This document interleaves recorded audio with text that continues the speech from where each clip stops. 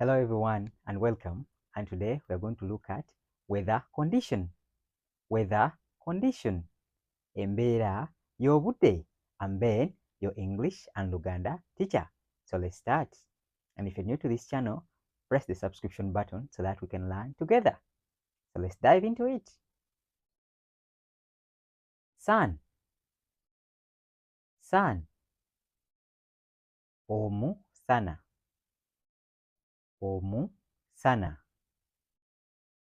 Sun. Omusana. Sunny. Sunny. Kasana. Kasana. Sunny.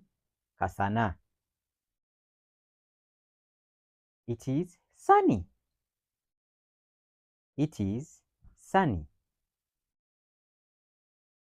Or someone can say, the weather is sunny. The weather is sunny. Embeera y'obudde yakasana.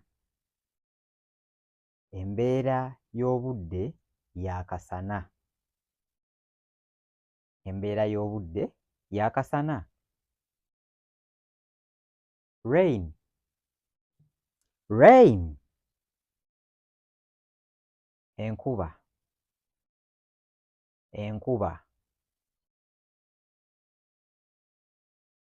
It is raining. It is raining.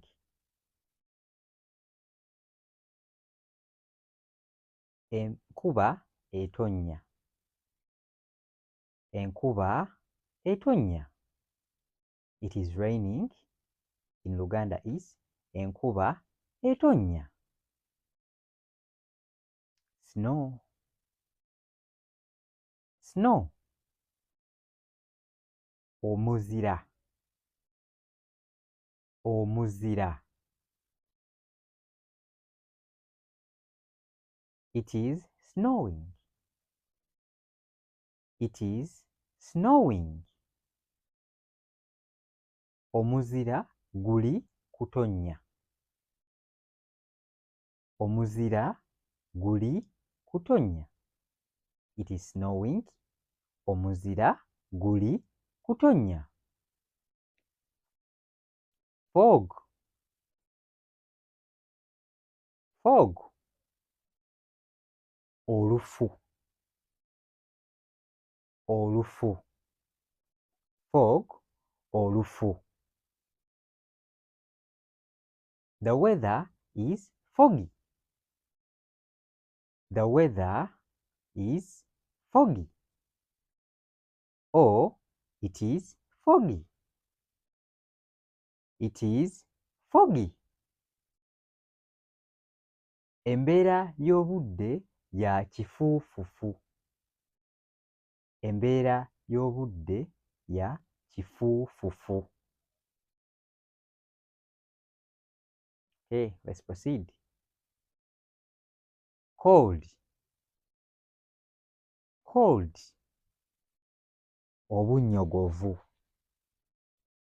Obunnyogovu. Cold. Obunnyogovu. It is cold. It is cold. Embeera y'obudde ya bunnyogovu. Embeera y'obudde ya bunnyogovu. It is cold. Embeera y'obudde ya bunnyogovu. Clouds. Clouds. Ebire. Ebire. Clouds. Ebire. The weather is cloudy. The weather is cloudy. Embeera y'obudde ya kiddedde. Embeera y'obudde ya kiddedde. The weather is cloudy. Embeera y'obudde ya kiddedde. Wind. Wind. wind, empewo, empewo. It is windy. It is windy. Waliwo empewo. Waliwo empewo. It is windy. Waliwo empewo. It is hot. It is hot. Waliwo ebbugumu. Waliwo ebbugumu. It is dusty. It is dusty. Or someone can say, it is very dusty. It is very dusty. Waliwo enfuufu nnyingi. Waliwo enfuufu nnyingi. It is dusty.